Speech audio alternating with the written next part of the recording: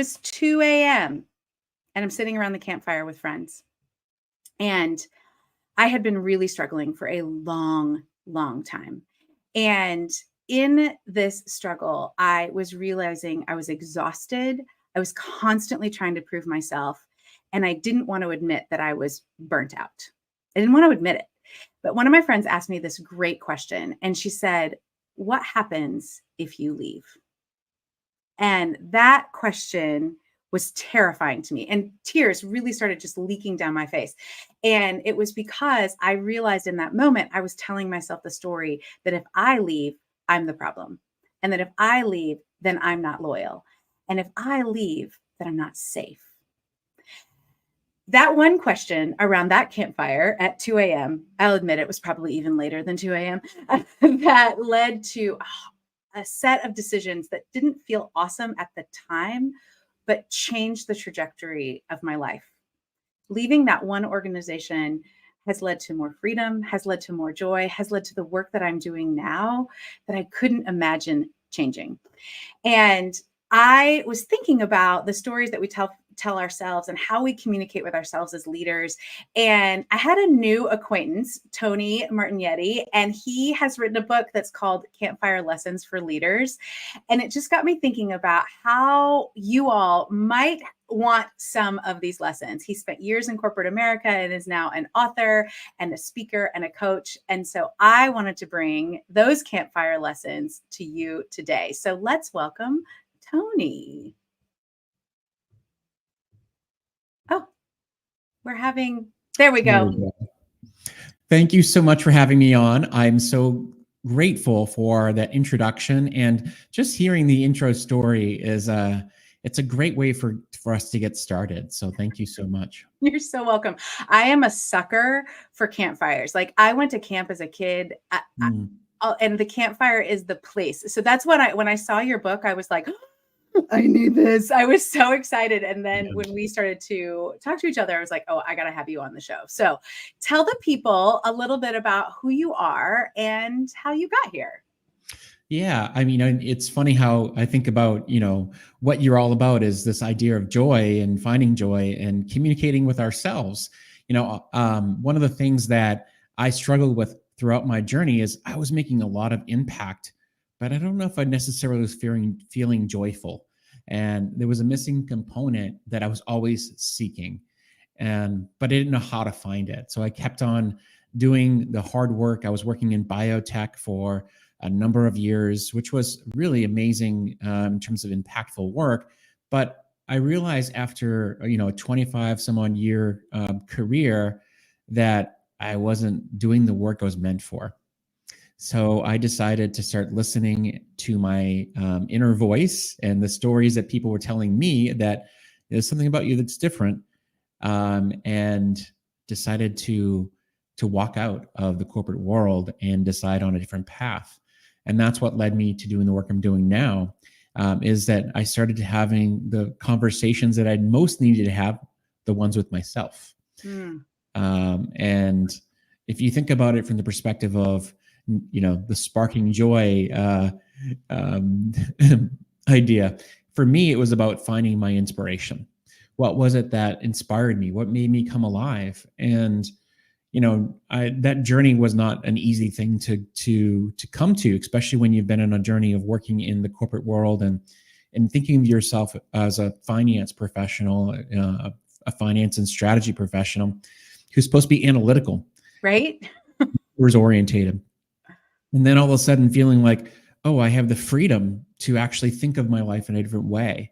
And that had me looking back into my earlier days of like being an artist and being a person who created, and not just a person who, looked at spreadsheets all day. And I'm not saying there's anything wrong with that. I just realized there was more to me than I was letting myself live. Yeah, I think a lot of us sit in that space sometimes where there is more to me, and we're not quite sure how to either express that or incorporate it into our lives. And especially in those places where you're in the analytical, results oriented culture Yeah. that when you say things like listening to your inner voice, everybody's like, well, that's a little woo woo. We can't prove it. Except everybody said you were different. You were Yeah. like, you can see the outcomes of that. And so while both of us have left organizations and are now doing our own work and running our own businesses, I help a lot of clients who end up staying in the same place, but Yeah. they change what they're doing, or they might move organizations, but they're not like starting their own business. So this idea of how you communicate with yourself isn't reserved for those of us who are like doing freelance work or doing consulting work Yeah. at all. It's really for everybody who wants to lead, because you can't lead other people until you lead yourself first. Yes. So how do you help people with that? When I say, lead yourself first and communicating with yourself, what are some places that you have people start? I love that you bring this up. And it definitely, I couldn't agree more. The sense that like we don't have to throw it all away and, start on a blank slate of paper and be an entrepreneur to find happiness. It's about really coming back to why did we start in the first place? Like Yeah. there are some things about why we got into the field we're in. For some reason, there was something that got us there. And we need to look back. And so I think of it as a time traveling model of approaching our self leadership, which I definitely think is so important. People often give it short. They don't really give it a lot of attention as saying like, okay, well, self leadership sounds like it's not the path. We need to be dealing with like how we're leading others. Well, you can't do that unless you take care of yourself first. And the journey to self leadership is really about really going back and saying, okay, what are the things that have made me who I am today? Mhm. What were the things in the past that have, made me proud? What were the values that I've seen on display when I'm at my best? Um, Yes. Doing that excavation, it's a Yeah. hard word for me to say, is You did great. really an important aspect of it because you can't just start in this moment to do something different. You have to start thinking, what is it that has gotten me here? And Mhm. then once you have that foundation, then you can start to think about, well, what would I like to see the future look like? What would I Mm. like the next steps for me to look like? And that might also include just saying, okay, I like where I'm at now that I have a different view of the world, but I want to make sure that I look at it with new eyes and new energy. And that might require you to reframe your future and your current. Yeah. So, One of yeah. When I am working with clients in this way, one of the phrases that I use is, what's the golden thread? Yes. What's the thing for a long time that people are like, you're so great at that, or you get compliments for it, and it Mhm. feels almost effortless. Like, not that you didn't do any training around it or something, but it just is like, oh, that just fits. Mhm. That's when we start to find ways and spaces, I think, to express that in our work, that Yeah. golden thread of things that have always been good for you. Yeah, and sometimes we're not really good at that. We're not really No, good at like no. at identifying those golden threads because we almost are blind to the things that we're most Yeah. skilled at because we think And we everyone else discount has it. them because we feel like it's supposed to be hard. The thing I'm good at is supposed to be hard, when actually Yeah. the thing that you're good at should feel so aligned that it's just like you're getting in that groove of the pinball. You're like, boom. It Mm, feels like you're in flow. And it's not that it's not hard, but it has an alignment to it that makes it feel almost effortless. yeah. It's interesting thing that I'll mention is that oftentimes there's people think, okay, well, how do I find my purpose, my true purpose? It's not only the inside job. Mhm. There's also an external part of this, which is to say you have to continue to look around in your environment and in the world and through experiences you've had to say, okay, those are the things that are going to give me clues as to what I want more of. If you're Yes. just internally focused, what happens is you're missing a whole aspect of what it is that really is your purpose because Mhm. it's focused externally. Yeah. Yes. Jade Simmons, I'm going to mess up her quote, but we're going to get the gist here. And she says, your purpose isn't what you do. It's what happens in other people when you do what you do. Yes. That's that external focus. And I think sometimes that's why it can be hard for us to see, because it feels so easy for us, and we almost discount what other people are saying to us in that space. I think the other component of that I really want to ask you about is that discounting space where we're like, well, how do I don't really have an inner voice, or I don't even know how to find that, or, well, it's just always going to be that way. How do you start changing that inner narrative, that inner story? So like in the story I told at the beginning, I genuinely believed I wasn't going to be safe, and I was the problem if I left. I had to start talking to myself differently. First, I had to identify it. But how do you help people with that inner story in the way they talk to themselves as leaders? Yeah, it's a great question. And I think this is where someone who can be your partner in this journey is important. Having, you can't do it yourself. I mean, I don't think you can do it yourself.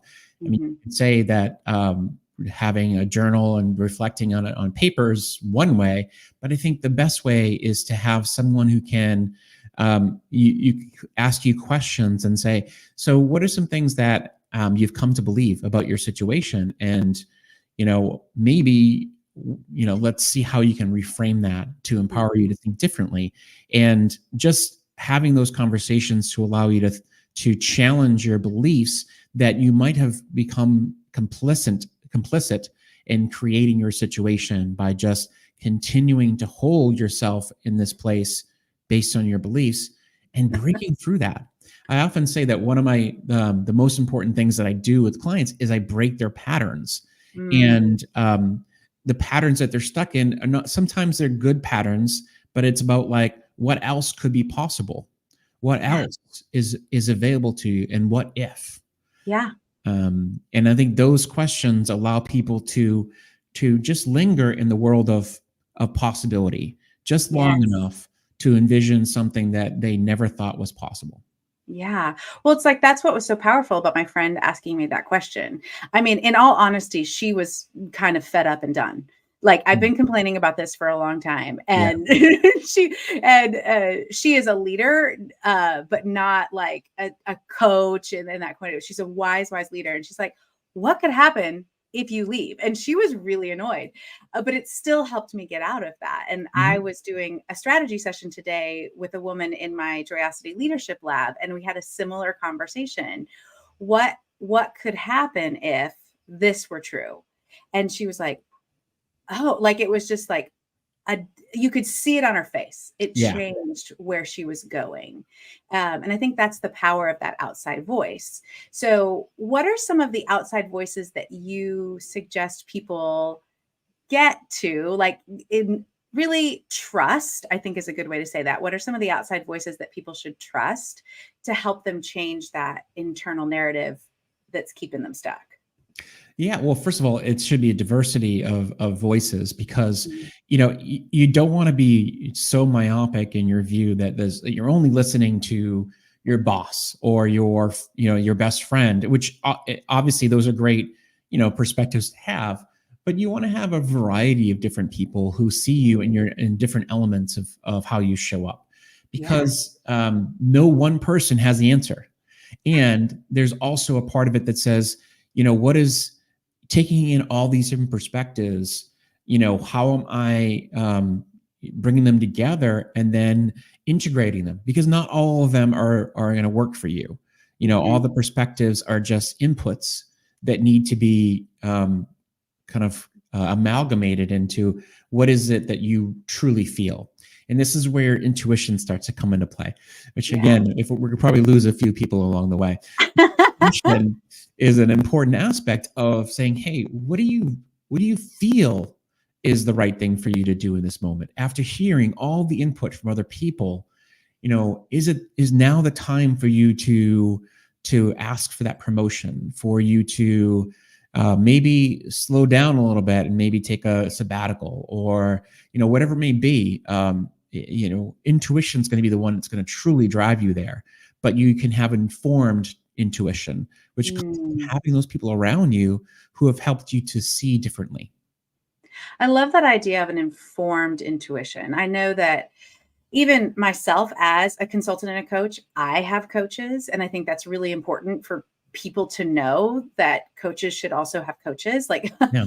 but that in that space, if sometimes I will get differing opinions from things, and it can Yes. be in the moment a little bit confusing and frustrating. And I'm like, just tell me what to do. Yeah. Like, that's what I can feel like. But that idea of informed intuition is just a really helpful frame Yeah. that ultimately, as much as, thank you, Taylor, hi, I'm the problem, it's me, I am also the decider. I'm the one that is held responsible for the choices that I'm making. And Mhm. so having those, that informed intuition is such a key place of leadership, because you're like, I'm gathering input from people, but ultimately that inner voice, who am I and what am I going to do? Because those other people that are informing are not the ones who are responsible. They're not the ones who are actually living your life. Exactly. They know the things that are going to get in the way of you executing on a plan that they may say, well, you should do this and you should do that, or you should. But the reality is, do they know whether or not you would follow through on the plan that they've laid out? Because only you do. Yeah. Yeah. Because if you don't feel 100% engaged or committed to something, then it's not going to work. Yeah. And in some ways, I think this is how some mentorship coaching relationships go bad, because we kind of really, acquiesce isn't the right word, but really turn over our responsibility to somebody else. You just tell me what to do, and then I do it. And then it doesn't go well, I can blame you. And Yes. now our relationship is severed, which is not what we wanted at all. And it didn't go well for us. Rather than informing us, I'm the decider, I have to ultimately held responsible. And that also gives me agency, Yes. that alignment. I'm the one that is deciding those things. And I listened, and I still have relationship with you because I can't blame you, because I'm the one that decides. And that's actually forming and formative of leadership, of I'm the decider rather than somebody who's just being told what to do. I think that's I just love that informed intuition phrase. I just keep coming back to that. It's really, really good. Well, I wanted to share one other thing about this, which is just, just came up as you were talking, is this idea that, like, you are the one who's in control of the ship. And there was a quote that was shared with me when I was early in my career, and is, if it is to be, it's up to me. And you're the one who has to make the choices in your career and in your life. And ultimately, that doesn't mean you can't have help. You should have help. But you're still the one who's in control. You have the agency. But I just love that if it is to be, it's up to me. Don't expect people to come to you and say, here's that, that opportunity, here's the answer. Instead, ensure that you take control of the situation and realize you have control of the situation. Yeah. More than you And think. I think some people miss that phrase, and they interpret it that I have to do it alone. Yes. Not, I am the one that's responsible for me. That's actually what that phrase is about. If it's to be, it's up to me. I have to do my work. Yeah. And my work is in conjunction with other people. Even I, as a consultant, solopreneur, I have to work with my clients. I have to work with the audience when I'm speaking. I have a team. Like, it's not me by myself. And that we're always connecting with other people, even though we're communicating first with ourselves. And I think that's such a good reminder of what that phrase is about. So thank you for bringing that up for us. Yes. And I could talk to you for so much longer. I love these lessons. I just wish we had a little crackling fire. It would be so great. So tell the people, Robin, Kelly, Melissa, all these people who are listening, tell us where we can find you and keep up with you. Your book is here if people want to grab it off of Amazon. But tell us how we can stay connected with you and keep learning. Absolutely. The best place to find me is at my website, which is ipurposepartners.com. And there you'll find links to a whole bunch of fun things like my assessment tool and my podcast and all the fun stuff. And also the other place is on my LinkedIn. On LinkedIn, I'm pretty active and social there. So come find me. Great. And we'll make sure we put it in the show notes, but say it one more time for the people listening on the podcast. iPurposepartners.com. Great. iPurposepartners.com.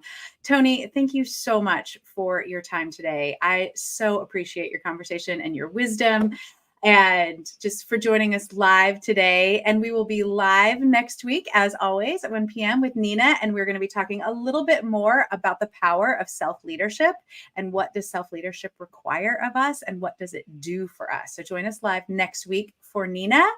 And Tony, thanks again for your time. I so appreciate it. Thank you so much. Awesome. Have a great day, everybody. So let me put my coach hat on for just a sec.